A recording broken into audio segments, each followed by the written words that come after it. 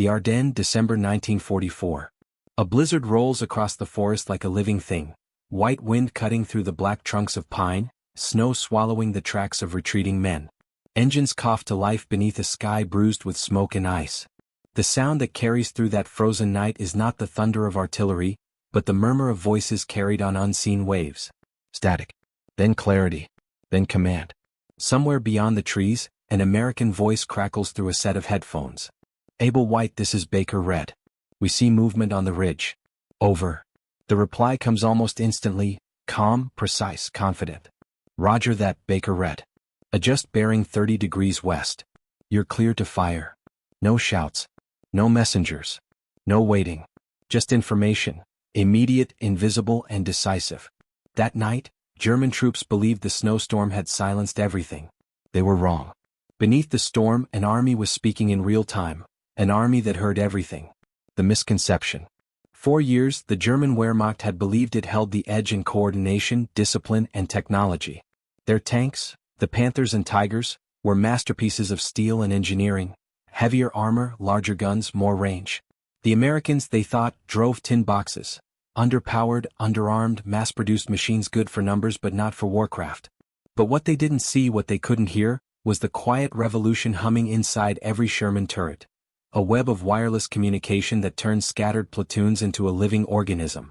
The contradiction defined the war's tension. The Germans built better tanks. The Americans built a better system. Where German crews fought as isolated hunters, American units moved as packs, coordinated, informed, and responsive. The true weapon was not armor thickness or gun length. It was connection. The setting of the age. The year was 1944, the world at industrial fever pitch. In the factories of Detroit, Cleveland, and Chicago, steel was no longer just material. It was rhythm, a heartbeat of production that shook continents. The United States had mastered mass coordination, not only in machines but in minds. Every Sherman that rolled off the line came with something more precious than armor. A standard SCR-508 or SCR-528 radio set, each capable of tuning across a shared command frequency. It allowed tank commanders, infantry, artillery, and even air support to talk, instantly, precisely. It was a symphony of timing. Across the Atlantic, the Wehrmacht's tank divisions relied on a patchwork of communication. Only command tanks carried radios. Others followed visual signals or shouted orders. Efficiency was mechanical, not electrical. The Germans fought in the language of movement. The Americans fought in the language of information. The moral and technological divide. This was more than a difference of design, it was a difference of philosophy. The Germans built weapons for mastery, the Americans built systems for unity. To the German mind, the battlefield was a test of individual brilliance, of the commander's intuition, the gunner's precision, the engineer's craft. To the Americans, it was a collective enterprise, where the smallest tank crew could contribute to a larger intelligence. In the age of mechanized war, the Americans discovered something profoundly human, the power of conversation. The turning moment. By late 1944, that invisible power was reshaping the course of battle. In the hedgerows of Normandy, Sherman radios allowed tankers to coordinate with infantry pinned in the fields. In the deserts of North Africa, they guided air strikes with uncanny precision. In the frozen hell of Bastogne, they kept surrounded troops connected to commands miles away, lifelines made of static and courage. German prisoners later spoke of their confusion. They moved like water, one wrote. We hit one and 3 others were already moving behind it. We thought they were guessing, but they always knew. They weren't guessing. They were listening. A world changed by wavelengths. Behind the front lines, Signal Corps engineers worked tirelessly, laying cables, repairing transmitters, refining frequencies. Theirs was a war fought in volts and hertz, invisible but essential. In a single day, an American armored division might send and receive more than 20,000 radio transmissions, the nervous system of a modern army. It was the first time in history that the battlefield became a network, an early echo of the information age to come. What began as a tactical advantage soon became a new way of thinking. A commander could now see through his men's eyes, hear through their microphones, act through their words. The tank was no longer a machine of steel, it was a node in a living web. The irony. The Germans had taught the world the meaning of blitzkrieg, lightning war. But by 1944 the lightning had changed hands. The American war machine didn't just move fast, it thought fast. Ironically, the side that invented the modern theory of speed was now outpaced by a nation that had mastered communication. The Tiger tank might outshoot a Sherman, but it could never outtalk one. And in modern war, the difference between speaking and silence was survival. The human undercurrent. In every Sherman, 4 or 5 men shared not only a confined space but a shared channel, a living dialogue. Commanders gave orders, gunners confirmed targets, drivers adjusted speed, loaders shouted, "Up!" or "Ready." Theirs was a constant flow of words, a heartbeat of sound. In the German tanks, many crews fought in silence. Gestures, shouts, confusion under fire. A single lost word could mean death. The difference was invisible yet decisive. It was not a matter of bravery or will. Both sides had that in abundance. It was a matter of connection. The opening question. So why did the German troops never realize it? Perhaps because they couldn't imagine that something so small, a box of wires, switches, and static, could redefine war. They measured strength in tons and millimeters, not in clarity of signal. But history would show that the hum of those American radios carried more power than the roar of any engine. Thesis statement. This is the story of how a hidden advantage, born not of steel or gunpowder but of sound, transformed the balance of power in World War II. It's a story about perception and reality, about arrogance and adaptation, about how the greatest weapon can be the one your enemy never even sees. In the end, the German troops never realized that the most advanced weapon in the American arsenal wasn't the tank itself. It was the voice that spoke within it. In the summer of 1943, Europe lay under the iron rhythm of German precision. Across the battlefronts, from the rolling steppes of Russia to the deserts of Tunisia, one truth seemed irrefutable: the Wehrmacht was unmatched in armored warfare. Their tanks were engineering marvels, forged in the forges of Krupp and Henschel, built for domination. The Tiger I, with its 88mm gun and 100mm armor, was the symbol of mechanical perfection, a beast feared by all. The Allies, by contrast, seemed to rely on quantity over quality. American Sherman tanks, the M4 series, rolled out of Detroit in astonishing numbers, almost 50,000 by war's end. But to German eyes they looked clumsy, thin-skinned, undergunned. A Tiger could destroy a Sherman from over a mile away. A Sherman had to get dangerously close to make a dent. And so, in the minds of German tank crews, the war's equation was simple. 1 Tiger equals 5 Shermans. But this equation, elegant in arrogance, hid a fatal flaw. It measured only what the eye could see. What it did not measure, what no one could see, was the flow of invisible signals weaving through the American ranks, the heartbeat of an army built on communication. The seeds of that revolution had been planted long before the first tank rolled into combat. Back in 1940, as Europe burned and the U.S. remained on the sidelines, the Signal Corps at Fort Monmouth, New Jersey, began developing a new generation of shortwave battlefield radios. The goal was simple yet audacious: to give every armored vehicle, no matter how small, a voice. The result was the SCR-508, a radio set that became the nerve center of every Sherman. Compact, durable, and easy to operate, it used frequency modulation (FM), a breakthrough that nearly eliminated the static and interference that plagued older AM systems. The Germans, still relying on AM sets, could only dream of such clarity. Their radios crackled, drifted, and faded under pressure. In contrast, American crews could whisper across miles of battlefront and be heard with perfect precision. This was not just an advantage in communication, it was the birth of real-time coordination. To understand how radical this was, we must see the Sherman not as a single machine, but as a node in a vast network. Each tank connected upward to platoon, company, and battalion commands. Infantry carried backpack radios tuned to the same frequencies. Artillery units monitored the same channels. Fighter bombers, guided by forward observers, could be called in by tank crews within minutes. The battlefield had ceased to be a collection of isolated units. It had become a living organism. Major General Adna Chaffee, one of America's early prophets of armored warfare, had once written, "A tank without communication is a coffin with a gun." By 1944, his vision had become doctrine. The U.S. Army's entire armored philosophy revolved around speed, cooperation, and clarity. Where the Germans built a weapon of fear, the Americans built a machine of unity. Normandy, June 1944. When Allied troops stormed the beaches of Normandy, chaos reigned. Smoke, confusion, broken units, shattered lines. The battlefield was a storm of disorder. And yet, amid that storm, something remarkable occurred. The American advance never lost its rhythm. Radio traffic became the lifeline of the invasion. Commanders adapted on the fly, shifting objectives and coordinating fire support within seconds. Tank infantry teams used preset call signs and brevity codes, Abel White, Baker Red, Charlie Blue, to direct each movement. A German officer captured near St. Lo later said, "They always knew where we were. It was as if the forest itself spoke to them." The truth was simpler. The forest was wired with radio waves. Sherman tanks used their SCR-508s to call in air strikes, redirect artillery, and even guide naval guns from offshore. What the Germans mistook for omniscience was really organization made audible. The myth of German technological superiority began to crack, not under the weight of armor but under the weight of information. Worlds collide. Imagine for a moment, two tank platoons on opposite sides of a French hedgerow in July 1944. On one side, a German Panther, silent, deadly, waiting for prey. Inside, the commander peers through his periscope. To his crew he gives hand signals: turn left, hold fire, adjust.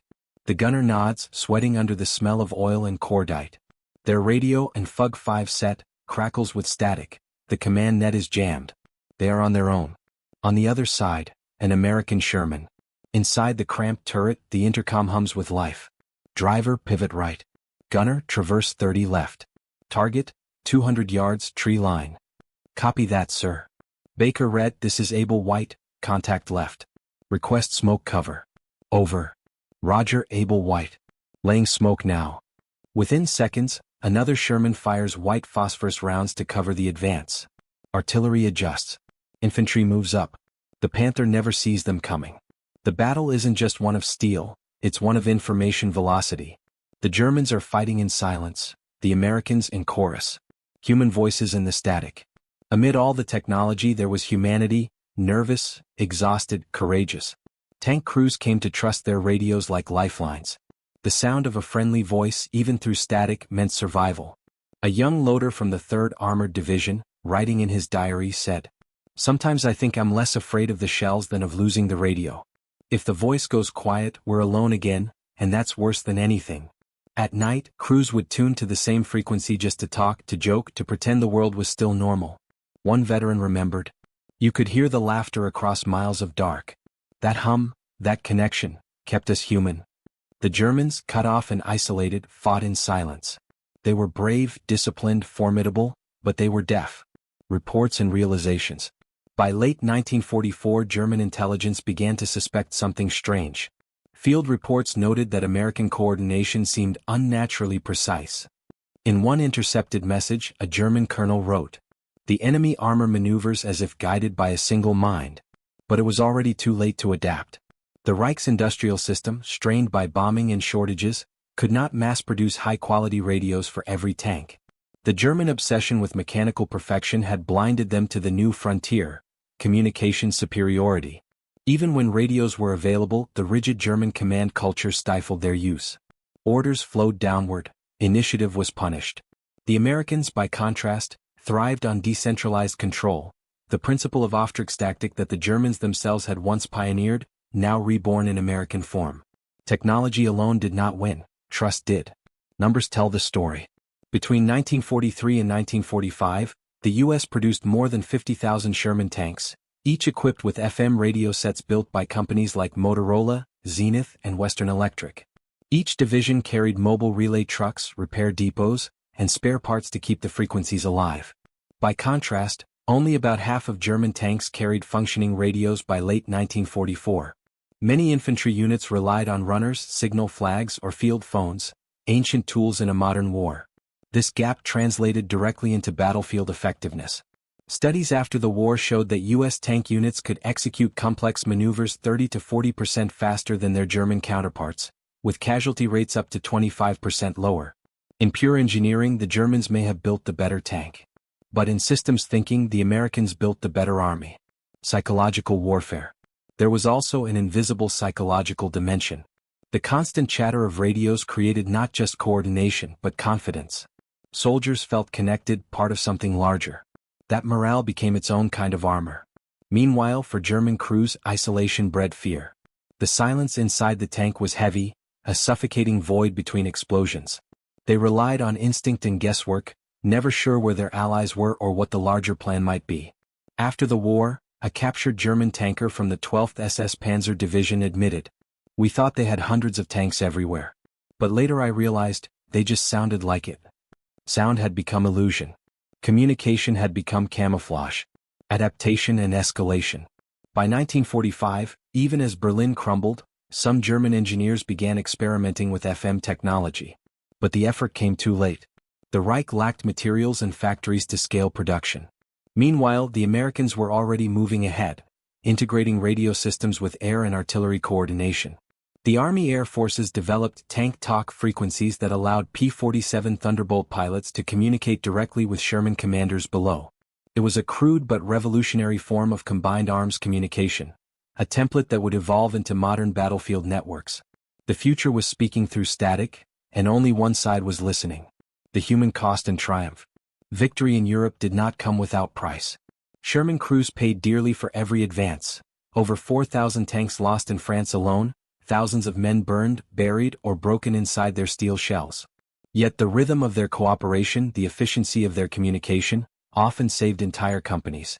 When a Sherman was hit, others knew instantly. When a line broke, reinforcements moved before orders had to be written. In the after-action reports of the 2nd Armored Division, one officer wrote, "We don't fight faster because we're braver. We fight faster because we talk faster." Those few words captured a revolution centuries in the making. The consequences? War as information. By the end of the war, American command systems had evolved into something unprecedented. A near-seamless web of coordination stretching from tank turret to supreme headquarters. It was the world's first information-driven army. Historians later called it the C3 Revolution: command, control, and communication. A transformation that foreshadowed the digital era. The Sherman's radio was its primitive processor, the battlefield its network. Every word spoken over those frequencies carried the same DNA that would later power satellites, computers, and the internet. The battlefield had become a laboratory for the age of data. Reflection, the weapon they never saw. When the German troops looked at the Sherman, they saw a crude weapon. But beneath its steel, they missed the true innovation. Not the gun, not the engine, but the connection. War had entered a new dimension, the invisible. The victors were not those who hit hardest, but those who communicated best. The irony could not have been greater. The nation that had pioneered modern engineering fell victim to its own faith in machinery. The nation once mocked for its industrial mass production discovered that quantity, when networked, became quality. The human legacy. For the men inside those Shermans, the memory of the radios lingered long after the war. The hum, the crackle, the comfort of a familiar voice, it became part of their lives. Veterans spoke of it as the sound of safety, the rhythm of an army that never slept. In letters home, one sergeant wrote, "We don't just drive tanks anymore. We drive voices." And perhaps that was the truest symbol of the Allied victory, not dominance but dialogue. The idea that unity, communication, and trust could overcome even the most fearsome technology of tyranny. In the end, the war of steel was decided by a war of sound. And the side that learned to listen conquered the silence. After the guns fell silent. May 1945. Europe lay in ruins. Cities reduced to rubble, the air thick with smoke and the faint electric hum of silence after years of mechanized thunder. The roads that once shook beneath the weight of tanks were now littered with their carcasses, twisted steel monuments to a vanished age. In that silence, the surviving tankers climbed out of their machines and looked at the world they had remade. The men of the Sherman crews, weary, scarred, but alive, began to understand what had truly carried them through. It wasn't armor, nor speed, nor even luck. It was the invisible thread that had bound them together across every battlefield, their voices. What had begun as a tactical innovation had become something far deeper, a philosophy of connection in the most disconnected of human experiences. 2. The unseen legacy. After the war, when the wreckage was cleared and the soldiers went home, the U.S. Army sent engineers and analysts across Europe to study the technological remains of the Third Reich. They inspected every Tiger, Panther, and King Tiger they could find, taking measurements, testing armor, calibrating guns. And again, one question emerged. Why did these magnificent machines lose? The answers lay not in the metal but in the ether. American analysts discovered that less than half of the German armored vehicles captured in 1945 carried working radios. Those that did often used incompatible frequencies, preventing coordination between different units. Worse still, many lacked reliable encryption or standardized procedures. By contrast, the Allied communication grid, from jeep-mounted transmitters to high-frequency command networks, functioned like a living nervous system. In France alone, U.S. armored divisions were transmitting an estimated 40,000 messages a day across multiple frequencies.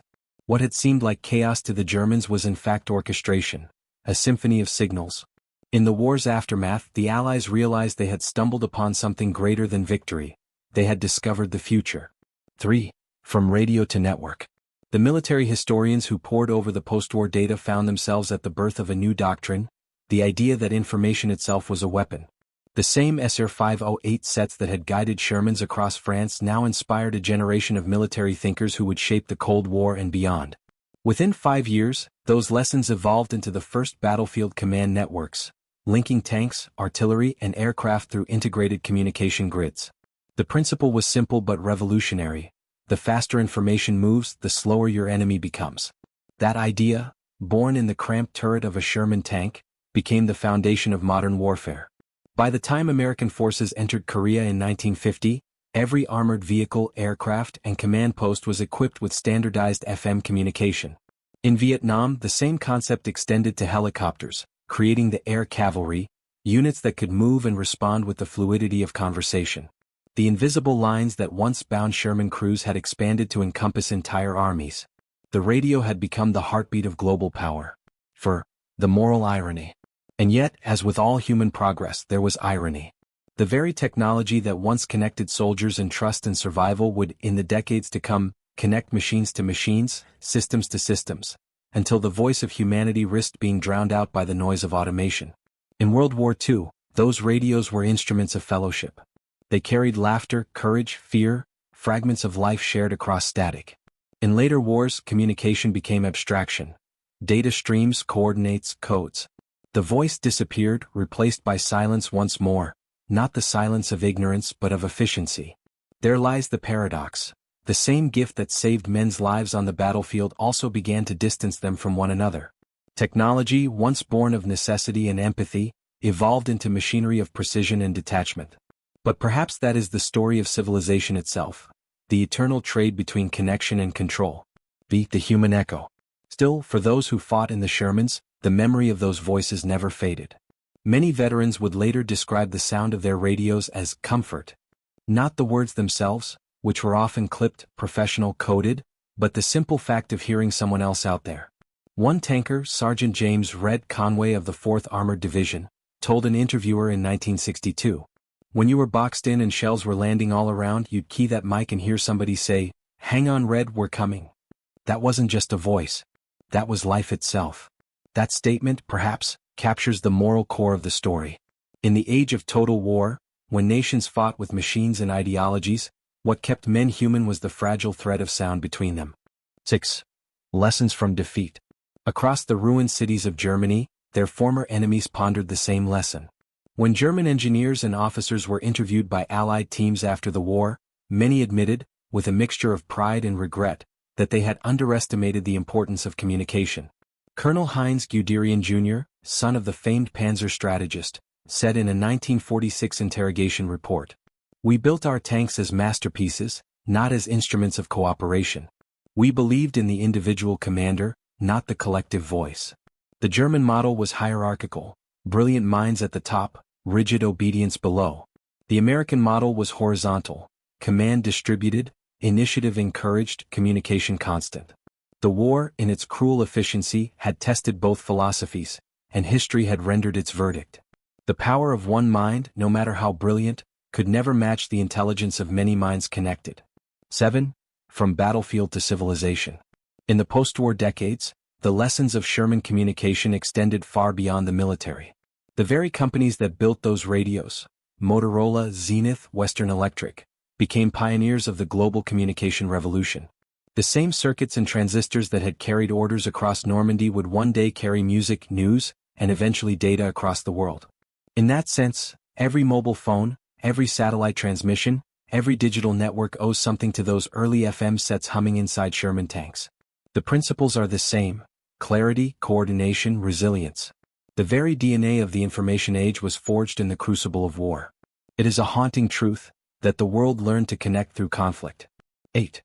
The cost of connection. But progress carries its own shadow. Communication may have made war more efficient, but it also made it more relentless. The same technology that allowed armies to coordinate with precision also enabled destruction at unprecedented scales. In 1944, a commander could move a company of tanks with a few radio commands. In the 21st century, a general can move an entire continent's worth of firepower with a digital signal.